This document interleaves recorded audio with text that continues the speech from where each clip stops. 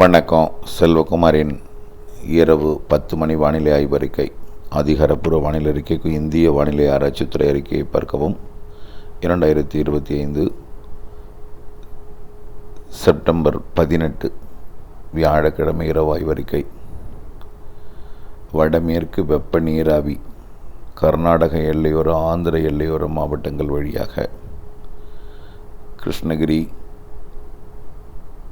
தர்மபுரி, திருப்பத்தூர், வேலூர் மற்றும் ராணிப்பேட்டை மாவட்டங்கள் வழியாக கிருஷ்ணகிரி மாவட்டத்திலும் தர்மபுரி, சேலம் மாவட்டத்தின் கிழக்கு பகுதிகள், திருப்பத்தூர், வேலூர், ராணிப்பேட்டை, சென்னை, செங்கல்பட்டு, காஞ்சிபுரம், திருவண்ணாமலை, கள்ளக்குறிச்சி, விழுப்புரம், கடலூர் மாவட்டத்தில் வடக்கு பகுதியில்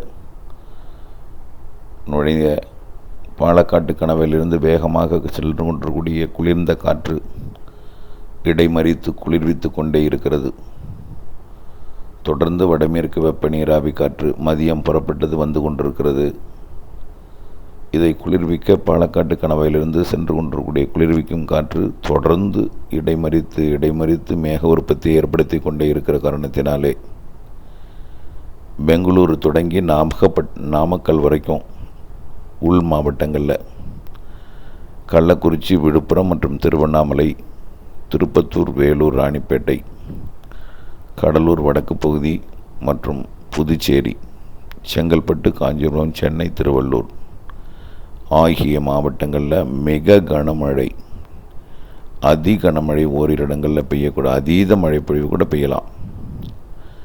அதாவது எங்காவது ஓரிரு இடங்களில் 25 சென்டிமீட்டருக்கு மேலே மழை பொழிவதற்கு வாய்ப்பு இருக்கிறது.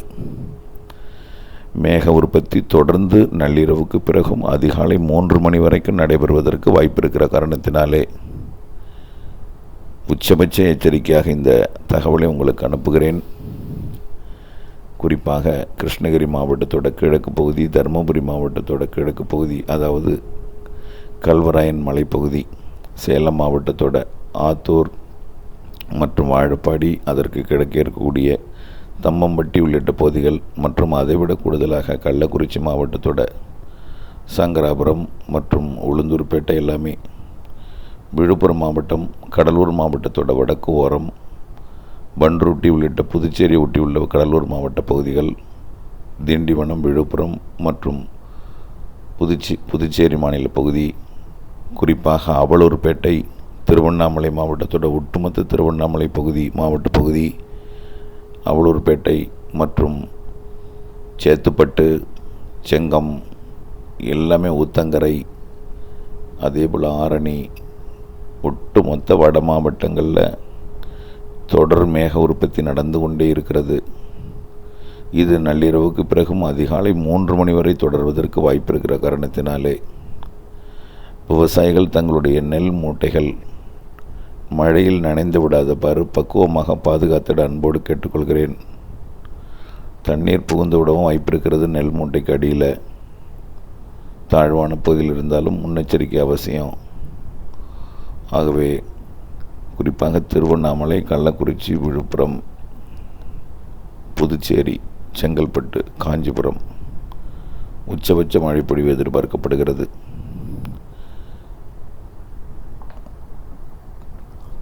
அதாவது திருவண்ணாமலை மாவட்டத்தின் பெரும்பாலான பகுதி, புதுச்சேரிக்கும் திருவண்ணாமலைக்கும் இடைப்பட்ட பகுதி தான் திருக்கோவிலூர், விழுப்புரம், புதுச்சேரி, திண்டிவனம், செஞ்சி, சேத்துப்பட்டு, போலூர், ஆரணி, ஆம்பூர், வாணியம்பாடி, ஜோலார்பேட்டை, குடியாத்தம், வேலூர், ஆற்காடு எல்லாமே, காஞ்சிபுரம் உட்பட மிக கனமழை பொழிவு காத்திருக்கிறது.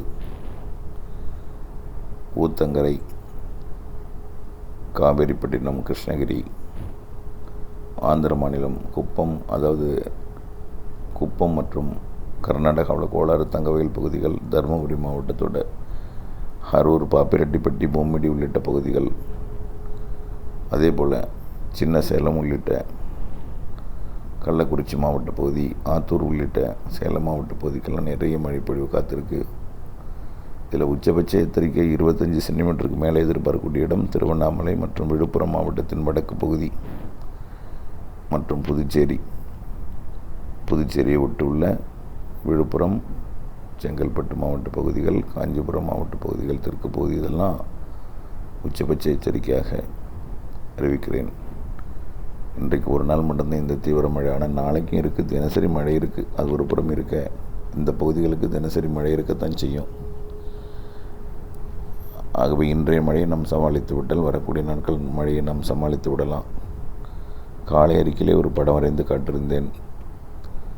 வடக்கு, வடமேற்கு மற்றும் மேற்கு காற்று இணையும் இடம், காற்றோட திசை மற்றும் வேக மாறுபாடு ஏற்படும் பொழுது ஓடுகின்ற காற்றிலே காற்று சுழற்சியில் வடக்கிருந்து வரக்கூடிய காற்று கிழக்கு நோக்கி திரும்பி வடக்கு நோக்கி திரும்பும்பொழுது அங்கே முழுமையாக ஒரு காற்றில் திசை மற்றும் வேக மாறுபாடு ஏற்படுகிறது. திசையிலையும் வேக மாறுபாடு ஏற்படும் பொழுது காற்று குவிதல் அதிகமாக இருக்கும், காற்றோட ஓட்டம் குறைவாக இருக்கும், தேங்கி நின்று பெய்யும், நீடித்து நின்று பெய்யும், மேக உற்பத்தி அதிகமாக இருக்கும். என்பதனால் நிறைய மழைப்பொழிவு நள்ளிரவுக்கு பிறகும் தொடர வாய்ப்பு இருக்கிறது என்பதை எச்சரிக்கிறேன். அச்சப்பட வேண்டாம். நிதானமாக சிந்தித்து விவசாயிகள் தங்களுடைய அறுவடை தானியங்களை பாதுகாத்திடுமாறு அன்போடு கேட்டுக்கொள்கிறேன். நன்றி.